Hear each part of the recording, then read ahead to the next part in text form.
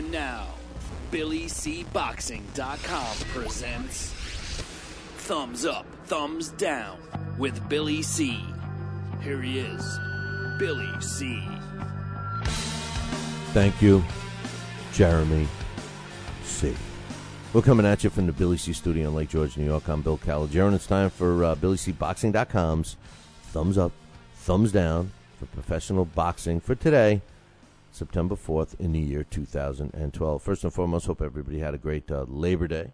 I guess it's the official, see you later summer, hello fall. But I for one, can't wait for this summer to finally end. I just couldn't take the humidity this year. But anyway, don't forget, we're going to be broadcasting the Talking Boxing with Billy C radio show live from Las Vegas all next week. So make sure you check it out. We want you to be there in Vegas. It's going to be at the Sportsbook in Mandalay Bay. So check that out all week long next week. So make sure you're there between 5 and 7 p.m. Vegas time, or you can tune in to BillyCBoxing.com and check out the feed. But the best place to get it is Fight Now TV. So make sure you'll call your local television provider and tell them you want Fight Now right now. It's the kind of stuff we're going to be doing all the time on Fight Now. All right, here's the thing. Thumbs up to the United States debut of world middleweight champion Gennady Golovkin. He systematically broke down a very game opponent in Greg Proska on HBO Saturday night. The end came at 1 minute and 11 seconds of the fifth round. Golovkin improves to 24 wins, no losses, 21 knockouts.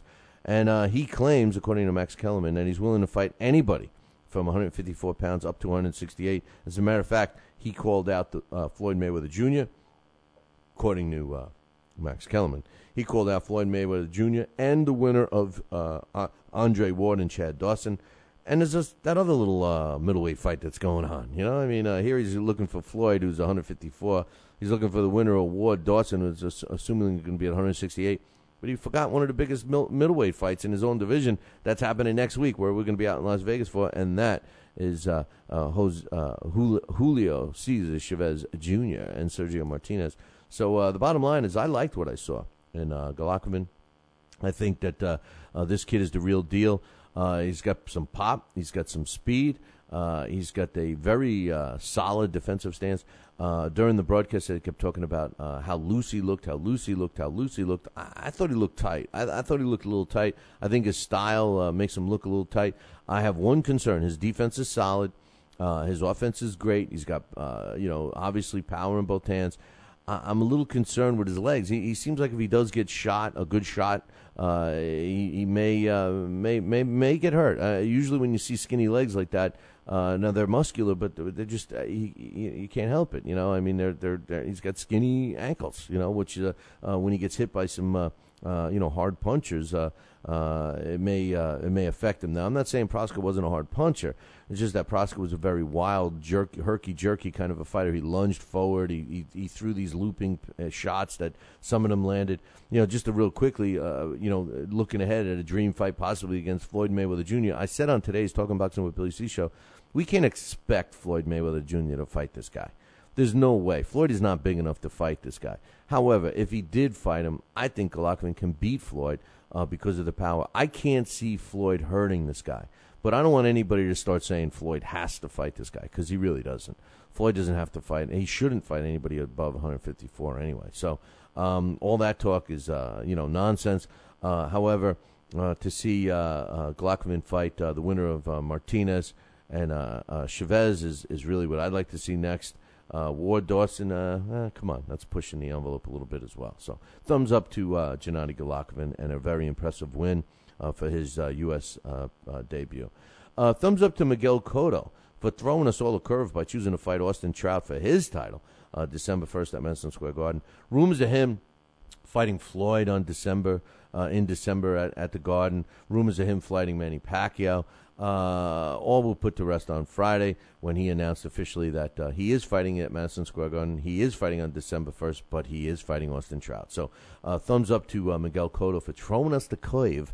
And to be honest with you, I like this fight, and I like Miguel's chances early on. So congratulations to Miguel.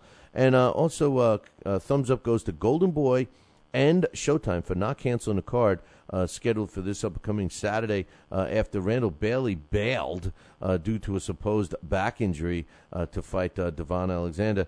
Golden Boy and Showtime moved the Jose Asagun and Lucas Matisse fight as the main event, and just to keep the TV date.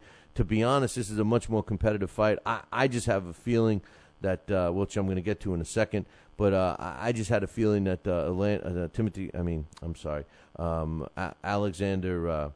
Devon Alexander was going to have his way with Randall Bailey. Not that Bailey was going to be knocked out or anything like that, but Devon Alexander would have had the ability to outbox him and stay away from his power right hand, which is all he has. So thumbs up to Golden Boy and Showtime for saving the day. Now, thumbs down goes to Randall Bailey for pulling this back injury. Now, listen, I'm no doctor. I don't play one on the radio. I don't even claim to be one. And, in my opinion, all right, I'm just saying this as an opinion, knowing what I know about boxers and training techniques and everything else, you're not really sparring hard enough, 8 days out of a fight to strain your back, to break your hand, to do all these things that we hear about, these last minute, I heard it in sparring injuries. Listen, in my opinion, Randall Bailey and his team sat down and said, we're in a fight that we cannot win. You have one thing going for you, Randall, and you got freakish punch power. Devon Alexander knows this. He's got hand speed, he's got foot speed, and he's got a little pop, and he's going to be dancing circles around you for 12 rounds and steal your title away. Maybe we shouldn't have taken this fight. It's time for you to get a back injury. That's what I think happened. According to his promoter, Lou DiBella, that's not what happened. According to his people, he's devastated over this. I'm not so sure, because here's what I predict. I predict that Randall Bailey will come back from this injury and fight someone else to pick up another payday and not even go for Devon Alexander. It was a bad matchup. Styles makes fights. It wasn't a good matchup for Randall Bailey. Thumbs down to Randall Bailey for hurting his back and pulling himself out, or supposedly hurting his back, pulling himself out of a fight that was supposed to be scheduled for this weekend. Thumbs down goes to Robert "Ghost" Guerrero for publicly putting a stamp of approval on the WBC pension plan for the boxers. Listen, man, I'm all for pension plans for fighters. I think it's a must. I think we need it in our sport. But we don't need it isolated. We don't need it segregated. We don't need it separated from one fighter to another because of the color of the belt he wears. Okay? We don't want the guys that are going to be getting a pension fund because they were fighting for the WBC and not the WBA or something else. That's what this plan is about. If you're not sure about it, go read it. It's up on BillyCBoxing.com under the latest boxing news. It maps it out. The WBC fails to tell people that, in public with statements like what Robert "Ghost" Guerrero made, is that it's only for the former WBC champions. The people that really need the help are generally not the champions. They're the other guys, the ones that the champions beat up to get to that point where they made all their money. Why don't we help all the fighters? Why do we have to isolate them based on the belt that they wore?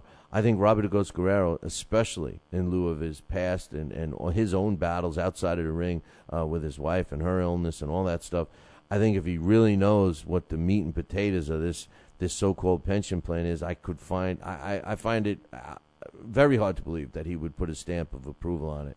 Thumbs down to Robert "Ghost" Guerrero on that. And thumbs down to the woman who went with Oscar De La Hoya and spent the night filled with drugs and sex with the Golden Boy, and then tried to sue him for making her do crazy things. Angelica Sakura was the one that spent the 24 hours with Oscar De La Hoya. They had some fun.